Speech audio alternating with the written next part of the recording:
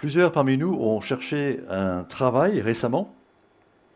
Certains en ont trouvé, d'autres encore le recherchent. Et si vous cherchez du travail, vous avez l'expérience d'écrire un CV.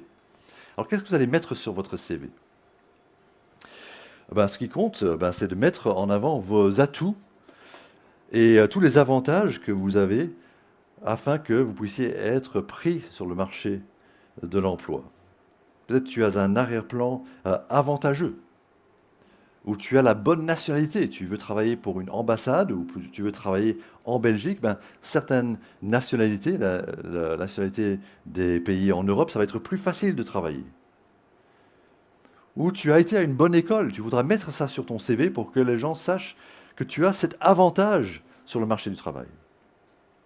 Mais en même temps, des choses qui sont de ton arrière-plan, tu vas mettre en avant des choses qui sont peut-être plus de tes performances. Tu as obtenu de bons résultats. Non seulement tu as eu la chance d'être dans une bonne école, mais tu as eu une bonne réussite à l'école.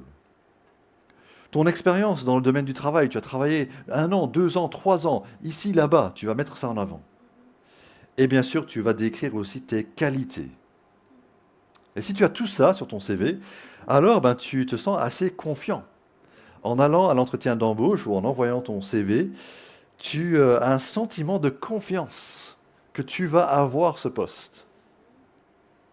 Peut-être que tu as aussi un CV spirituel.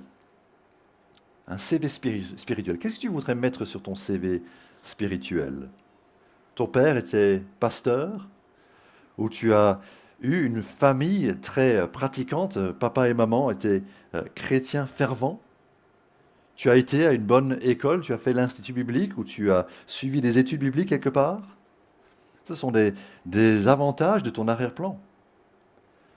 Peut-être aussi que tu peux mettre en avant que tu as eu beaucoup d'expériences chrétiennes, tu as beaucoup travaillé avec le Seigneur, tu as été fidèle à des camps, tu as fait de l'évangélisation, tu es parti en mission, tu as fait des sacrifices.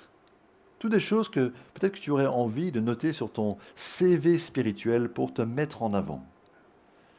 Des bonnes choses certainement, mais nous allons voir aujourd'hui que ça ne compte pas pour ton salut.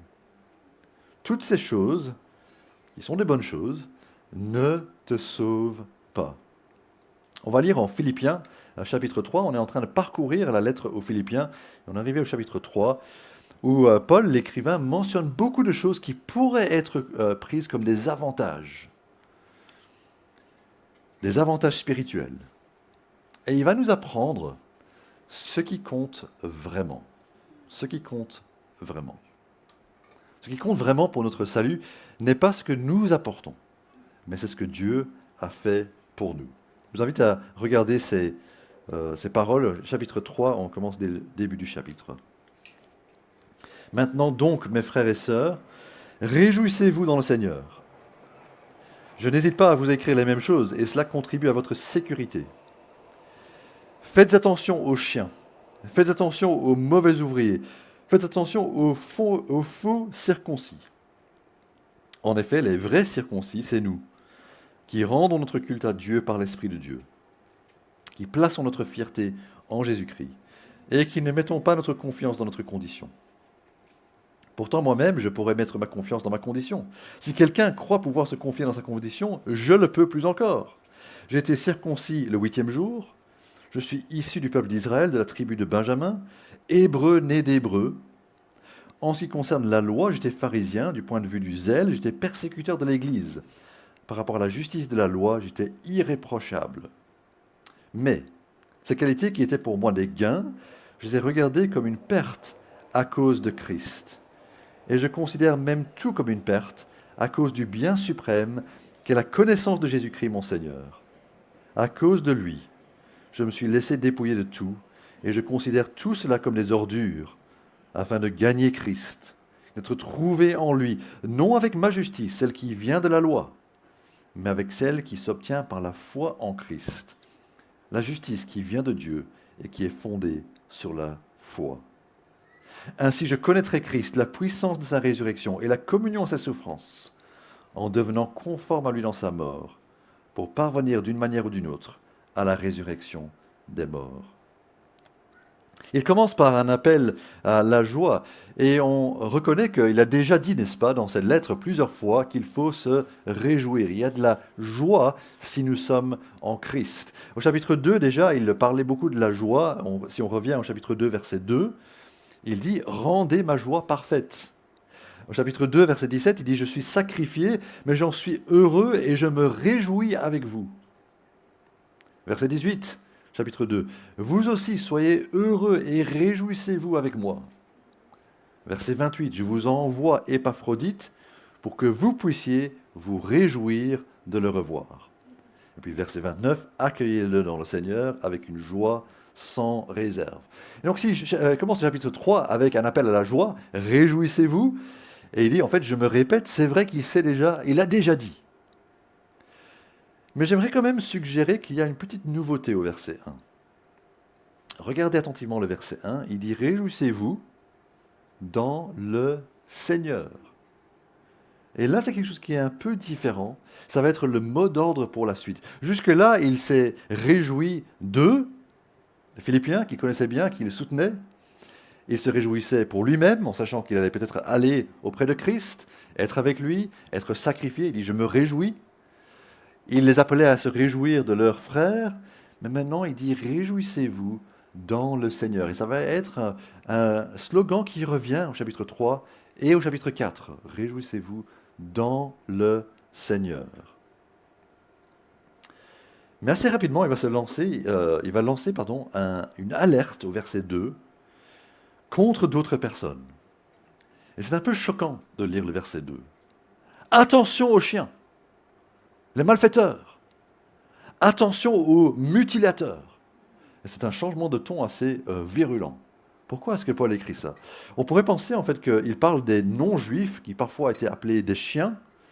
Des chiens, c'est des chiens sauvages, n'est-ce pas? Ce n'est pas des chiens qui étaient domestiques comme les nôtres, qui sont gentils. C'est des chiens sauvages. Mais en fait, c'est une façon de décrire les loups, les personnes qui enseignent quelque chose qui est contre la saine doctrine, contre la vérité biblique. Et quand il parle des mutilateurs, vous avez peut-être en tête des gens qui ont agrandi leur oreille pour avoir une grande boucle d'oreille à l'intérieur de leur oreille, ou qui ont des piercings à travers différentes parties de leur corps qui se sont mutilés carrément.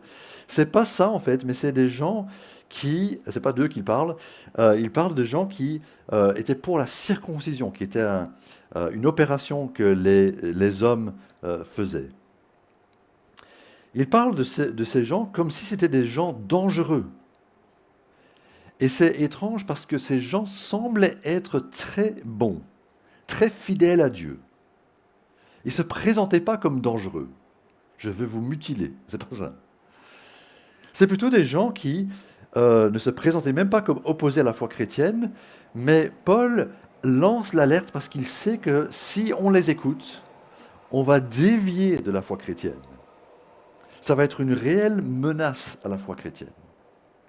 Alors voici comment ces gens se présentaient.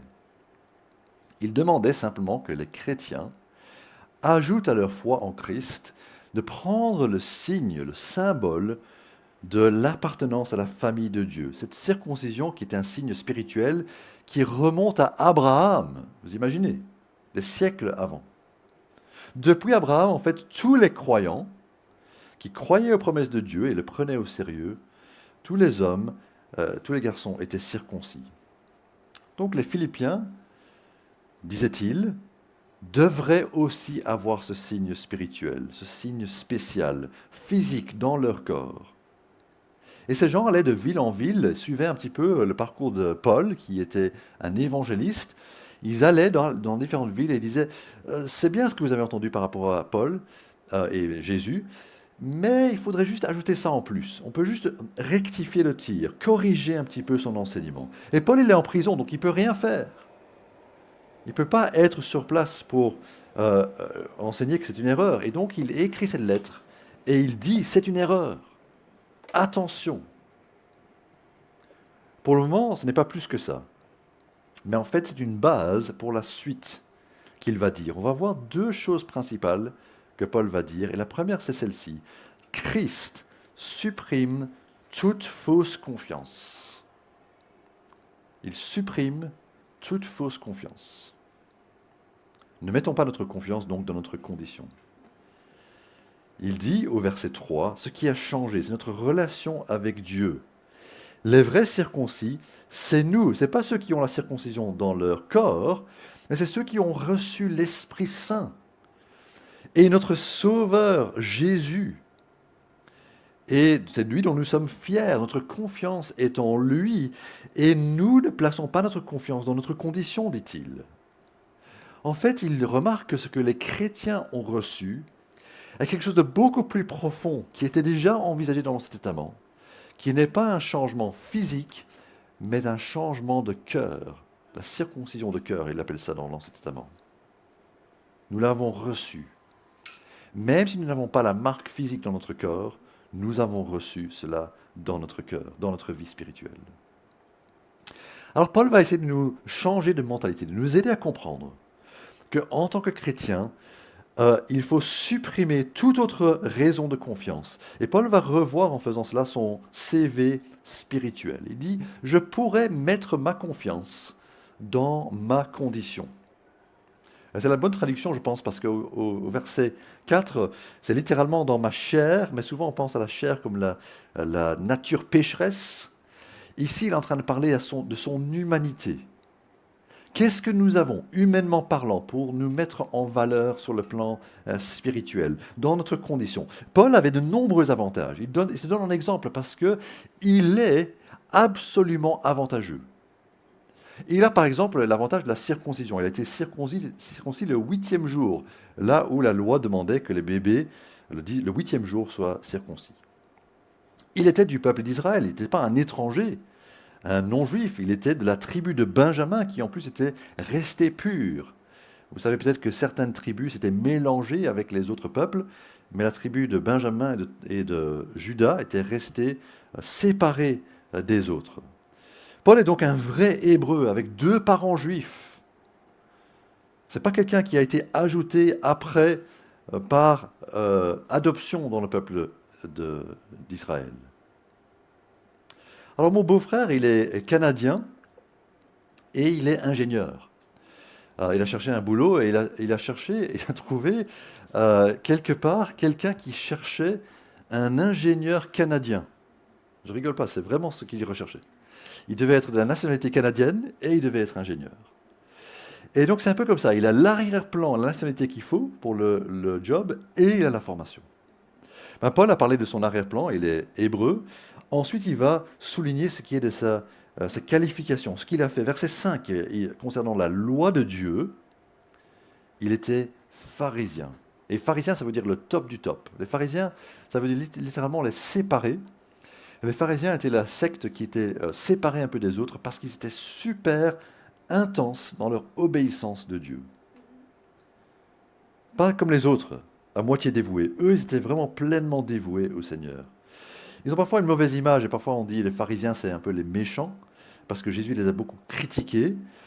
Mais leur rigueur était vraiment sans faille. Ils étaient vraiment pointilleux parce qu'ils ne voulaient pas déplaire à Dieu, ils voulaient obéir à toute la loi de Dieu. Il fallait faire tout pour ne pas mettre un pas de travers. Et c'est ce qu'ils ont fait. Est-ce que Paul a fait ça sans conviction? Non, il dit qu'il était zélé en plus. Il était pharisien, rigoureux, obéissant et zélé, au point de persécuter les chrétiens qu'il croyait être à l'époque. Il pensait qu'ils étaient en erreur. Et donc il les persécutait pour qu'ils empêchent d'être chrétiens. Par rapport à la justice de la loi, il dit il était irréprochable. Ça veut dire qu'il faisait tout comme Dieu le voulait. Il obéissait constamment à Dieu. Si on regarde ça, c'est un CV spirituel impressionnant.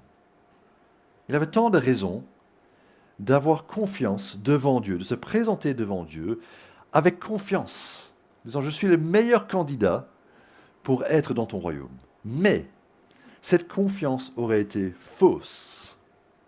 Alors ce ne sont pas que ces choses étaient mauvaises, Il n'y a rien de mal à être juif ou à être circoncis ou à essayer de plaire à Dieu en obéissant à la loi. Mais le problème est quand notre arrière-plan ou nos accomplissements deviennent la base de notre confiance, deviennent un point de fierté, un appui. Et Paul a eu cette révolution dans son cœur, dans sa mentalité, et il veut nous enseigner que nous ne devons pas non plus suivre dans ce chemin-là. Je vais vous donner un exemple actuel parce que pour nous les codes sont un peu différents. Je ne pense pas qu'on est tellement impressionné par ça. C'est chose qui était impressionnante pour lui. À l'église, je sais que beaucoup de gens cherchent à savoir plus sur la foi chrétienne, viennent à l'église un peu en quête de réponses, veulent découvrir plus sur la Bible. Et parfois dans les conversations que j'ai avec vous, quelqu'un me dit quelque chose comme ceci. Moi, je n'ai pas grandi dans une famille chrétienne. Ou je suis encore nouveau ici, ça ne fait pas longtemps que je viens à l'église ou que je lis la Bible. Quand tu parles comme ça, en fait, tu montres que tu crois que ces choses-là seraient un réel avantage. Alors c'est vrai que ce sont des avantages. Mais c'est pas que Dieu accepte les autres parce que eux ont un arrière-plan d'une famille chrétienne, ou ont beaucoup lu la Bible, ou ont un parcours long dans l'Église. Regardez au verset 7.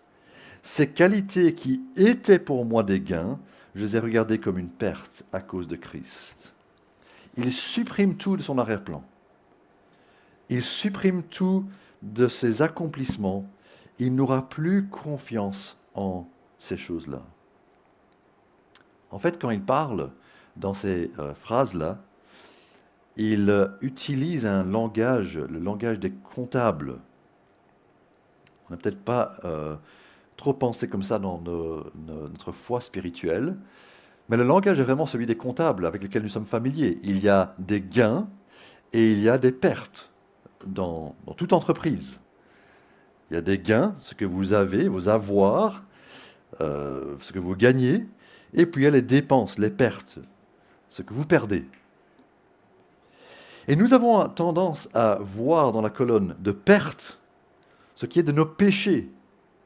On est là avec nos péchés, mais dans la colonne de gains, on a nos points forts. Alors je sais que je suis pécheur et que j'ai déplu à Dieu, mais j'ai été beaucoup à l'église et j'ai lu la Bible.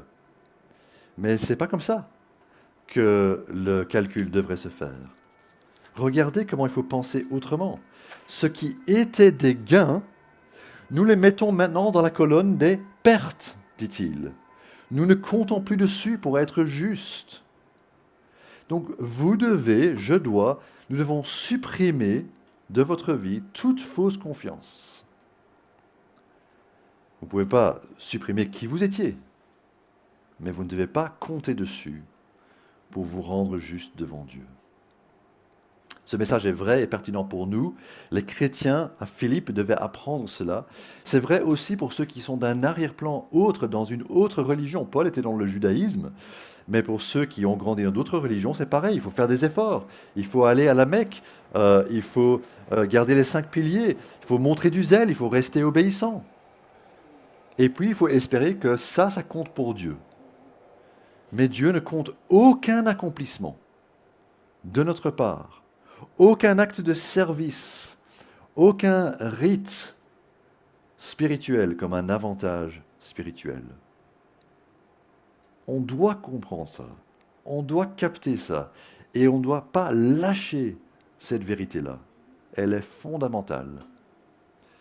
Mais alors si on met tout dans la colonne de perte, la question demeure, mais alors qu'est-ce qui reste? Qu'est-ce qu'il y a dans l'autre colonne? Comment puis-je être juste devant Dieu? Et justement, dans la suite, il va nous montrer que Christ est là. Et Christ surpasse toute autre chose. Regardez à nouveau le verset 8. Je considère même tout comme une perte, à cause du bien suprême qu'est la connaissance de Jésus-Christ, mon Seigneur. À cause de lui, je me suis laissé dépouiller de tout, et je considère tout cela comme des ordures, afin de gagner Christ. Il y a quelque chose dans la colonne de gain. Ce qui m'était cher a été mis dans la colonne de perte. Je suis prêt à perdre tout ça, dit-il. Mais dans la colonne de gain est le bien suprême Christ. Connaître Jésus-Christ. Gagner Christ. Vous avez remarqué le mot gagner. Ça veut dire que dans la colonne de gain, il y a Jésus, mais seulement Jésus. Comment il décrit? Jésus-Christ, Christ notre Seigneur. Jésus, c'est la personne qui est née à Bethléem, qui a grandi à Nazareth, qui était fils de Marie, chair humaine, une vie humaine comme la nôtre, un corps humain, un esprit humain.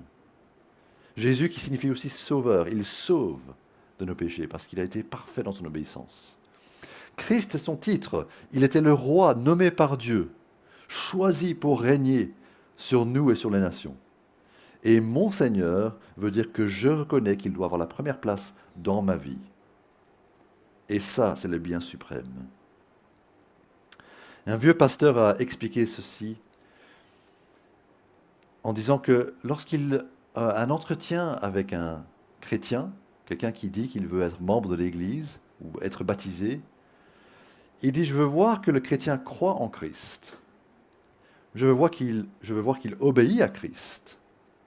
Mais je veux surtout voir qu'il considère Jésus comme précieux, au-dessus de tout. » Vous voyez la différence?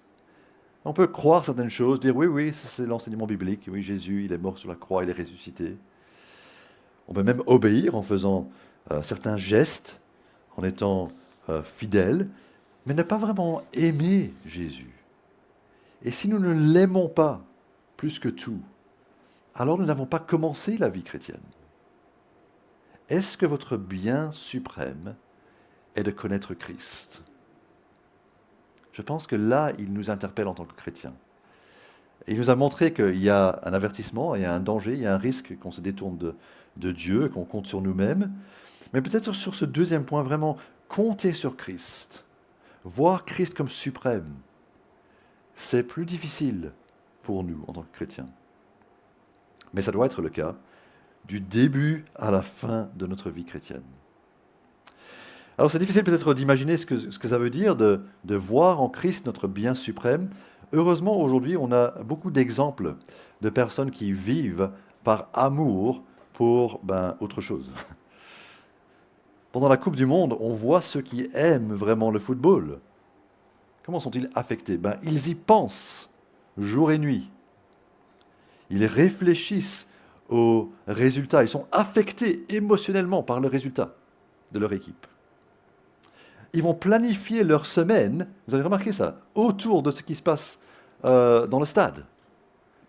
Ça montre que si vous considérez ça comme votre bien suprême, ça affecte tout, vos émotions, votre semaine, votre horaire, vos pensées. Bien, aimez Christ comme ça, au point où ça affecte toute votre semaine, tout votre horaire, tous vos engagements, votre émotion, vos pensées. Je vais prendre un autre exemple. Ceux qui ont comme bien suprême d'avoir une vie tranquille, ils vont tout faire pour avoir la vie tranquille. Ils vont peut-être travailler de longues heures pour pouvoir profiter quelques semaines au soleil en juillet. Parce qu'on veut juste avoir la vie tranquille. On ne veut pas être dérangé par notre téléphone, on ne veut pas être dérangé par le travail, on va peut-être payer cher nos vacances pour obtenir cette vie tranquille. Où on va payer énormément d'argent pour avoir une maison quelque part de calme, parce qu'on veut une vie tranquille, confortable. C'est quoi votre bien suprême? Notre bien suprême devrait être de connaître Jésus. De jour en jour, non seulement de l'avoir rencontré et d'avoir mis notre confiance en lui, mais de le connaître dans notre vie. Il dit, je veux connaître Christ, mais connais déjà Christ. Parce qu'on peut le connaître plus, on peut le connaître davantage, comme dans toute relation, on peut mieux se connaître, mieux s'apprécier, pour comprendre que finalement, tout le reste n'a pas la même valeur que lui. Et donc, notre temps doit être dévoué à Christ. Nos efforts doivent être dévoués à Christ. Notre argent doit être dévoué à Christ, parce que nous reconnaissons que rien n'a autant de valeur que lui. Si aujourd'hui ce n'est pas le cas pour vous, alors priez Dieu que vous puissiez avoir un amour grandissant pour Jésus, que nous l'aimions plus, dans un an qu'aujourd'hui. Parce que notre amour pour Jésus doit dépasser tout autre amour que nous puissions avoir pour tout le reste qu'il y a dans notre vie. Revenons au verset 9, il parle de notre justice. Il dit, je ne veux pas être juste par mes efforts d'obéissance à la loi, je veux être juste par la foi en Christ. C'est par la foi seule que nous sommes justes devant Dieu. Et donc c'est un changement énorme pour le chrétien. Nous ne cherchons plus à nous justifier par nous-mêmes, par nos efforts, par nos œuvres, par notre travail, mais nous reconnaissons que nous ne pouvons pas y arriver et Dieu nous donne alors un moyen, le moyen d'être juste. Et il ne faut rien ajouter à ce moyen. Ça veut dire que ça peut être acquis directement. J'aimerais parler à ceux qui sont en train de découvrir la foi. Juste un moment. Tu n'as pas besoin d'attendre en fait 5 ans dans l'église, ou d'être baptisé, ou d'avoir lu toute la Bible. Pour être en paix avec Dieu, pour être juste, être compté juste devant Dieu, ça peut se faire tout de suite, immédiatement, aujourd'hui. Simplement en reconnaissant que tu as besoin de Christ. Tu mets Jésus dans la colonne de gain, et donc tu demandes à Dieu, rends-moi juste, à travers ce que Jésus a fait à la croix. Et quand vous demandez ça, il le fait immédiatement. Il ne dit pas, bon, on va attendre, on verra bien si tu es digne de ça. Il sait qu'on n'est pas digne. Il est prêt à nous le donner. Et vous savez quoi, il n'y a pas de prêt à rembourser. Ce n'est pas un prêt hypothécaire, c'est un don à vie. L'œuvre de justification est immédiate et elle est gratuite. À certains événements spéciaux, il y a des invitations avec un +1. Vous connaissez ça? Et donc, c'est une invitation qui est lancée à une personne, mais cette personne-là peut prendre quelqu'un d'autre aussi avec lui. Et donc, il a cette invitation, et tu es avec lui. Peut-être que lui a le billet, et il dit, j'ai un +1, donc tu peux venir avec moi. Et tu entres grâce à lui. Eh bien, c'est exactement comme ça, avec Christ. Christ entre, et toi, tu es le +1. Sauf qu'il n'y a pas de +1, il y a des +milliers, des millions de gens. Mais tu ne peux pas rentrer sans lui. Et il ne faudrait pas se tromper en disant, ah voilà, Dieu ne s'intéresse pas vraiment à qui est juste ou pas. Dieu n'est pas vraiment intéressé, il a ouvert la porte et puis n'importe qui peut entrer. Non, on entre seulement si on est avec lui. Il a pourvu un moyen, il a pourvu une personne, il faut connaître Christ pour entrer dans le royaume de Dieu. Ce royaume éternel qui s'ouvre devant nous. C'est gratuit, mais il y a une porte d'entrée. Et il ne faut pas louper cette porte.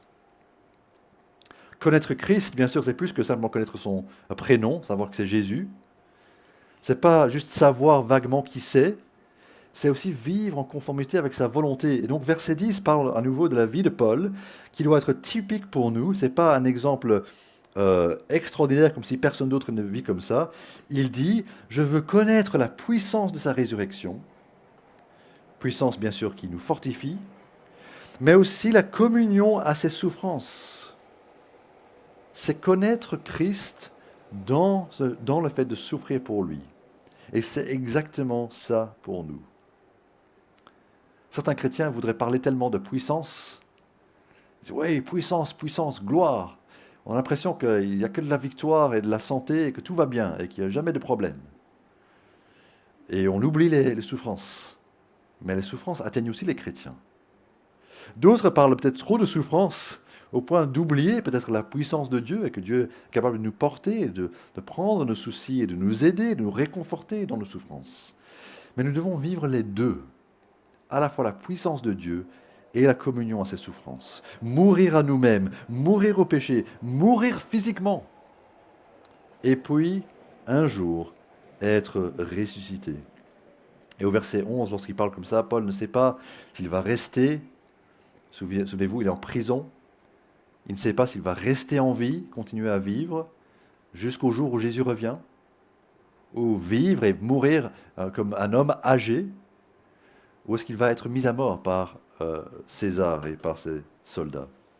Il ne sait pas, mais d'une manière ou d'une autre, dit-il au verset 11, il va parvenir à la résurrection. Il sait que Dieu qui lui a accordé sa justice et son royaume va aussi lui accorder sa résurrection. Il va ressusciter, il va vivre avec Christ. Ça nous parle parce que nous devons nous-mêmes aussi faire face, tôt ou tard, à la mort. Mon papa m'a dit récemment, il n'y a pas une bonne façon de mourir. Et on ne choisit pas, n'est-ce pas, la longueur de notre vie ou comment on part. Mais il y a une bonne destination. Même si la route est pénible, la destination, c'est être avec Christ. Et si Christ est vraiment meilleur que tout, être avec Christ est un gain. Souvenez-vous, c'est le même langage que Paul utilise, perte et gagner, lorsqu'il dit au chapitre 1, mourir est un gain.